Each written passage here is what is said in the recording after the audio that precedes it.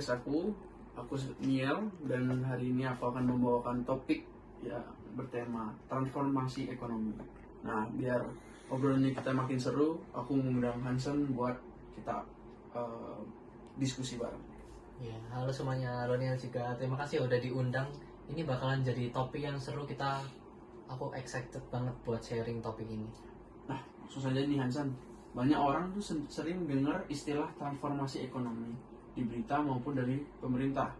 Tapi mungkin masih banyak orang yang bingung. Secara simpel, transformasi ekonomi itu sebenarnya apa sih? Dan apakah sekedar buka banyak lapangan pekerjaan baru? Wah, pertanyaan bagus banget. Iya. Transformasi ekonomi itu sebenarnya adalah proses di mana sebuah negara itu jadi naik kelas atau naik tingkat. Nah, meningkatnya produktivitas ekonomi ini bukan dari skala kecil-kecil tapi secara keseluruhan.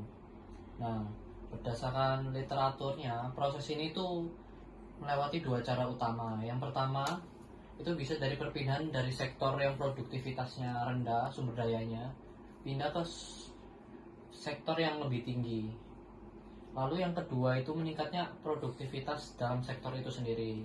Jadi bukan cuma soal nambah lapangan kerja, tapi kita bisa upgrade melewati skill kita, lalu inovasi teknologi di perusahaan. Jadi cuma bukan lapangan pekerjaan, tapi menciptakan juga pekerjaan itu yang jauh lebih produktif dan bernilai tinggi.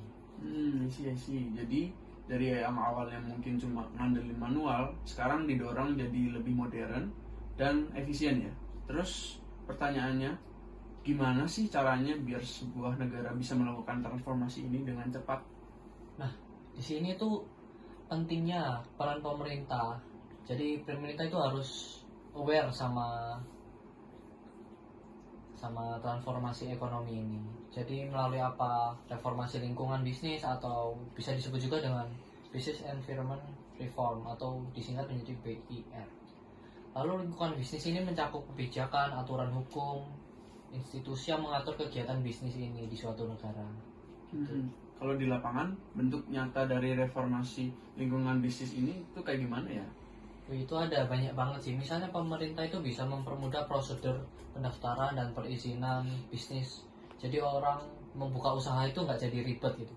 Terus memperbaiki kebijakan pajak biar lebih mudah orang buat membayar pajak. Lalu memperjelas aturan hukum tenaga kerja supaya orang-orang ini menjadi tenang gitu, aturan hukumnya jelas, sampai memastikan kemudahan akses biaya atau kredit perusahaan juga. Kalau birokrasi dipangkas atau aturan mainnya jelas, iklim usahanya pasti jadi sehat juga kan. Lalu otomatis usaha juga bisa beroperasi lebih efisien dan efektif juga. Benar-benar aku setuju. Nah, kalau untuk urus izinnya aja susah, boro-boro mau berinovasi ya. Nah, tapi ya Sen, apakah sekedar memperbaiki aturan berbisnis ini aja udah cukup buat bikin ekonomi kita bertransformasi? Sayangnya belum sih kalau cuma itu aja. Reformasi lingkungan ini memang harus fundamental banget ya, tapi gak bisa berdiri sendiri gitu. Harus dibarengi dengan kebijakan pelengkapan atau complementary inventory.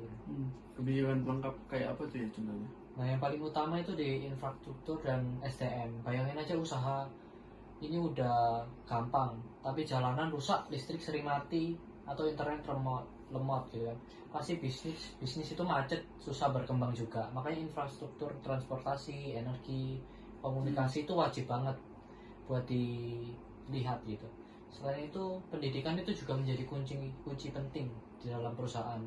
Tenaga kerja yang berpendidikan tinggi bakalan lebih murah atau lebih mudah menyerap teknologi baru. Ditambah lagi sektor keuangannya juga harus diperkuat juga, supaya perusahaan lokal juga bisa memanfaatkan investasi yang lebih masuk. Iya benar banget sih, make sense ya. Jadi ibaratnya lingkungan bisnis yang baik itu adalah kendaraannya, tapi infrastruktur dan SDM yang terdidik itu adalah mesin dan bensinnya ya.